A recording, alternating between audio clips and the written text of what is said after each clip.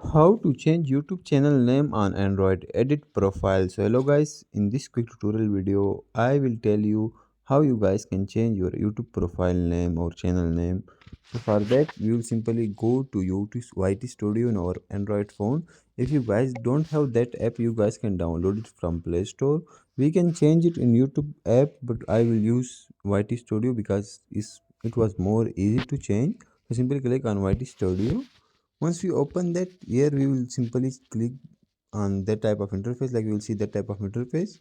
So for changing our YouTube name, you guys will simply click on top right corner profile pic. Once we click here you guys can see on top right corner pencil, simply click here. Once you click here you guys can see name handle, so simply click on name pencil, like on pencil on right side name.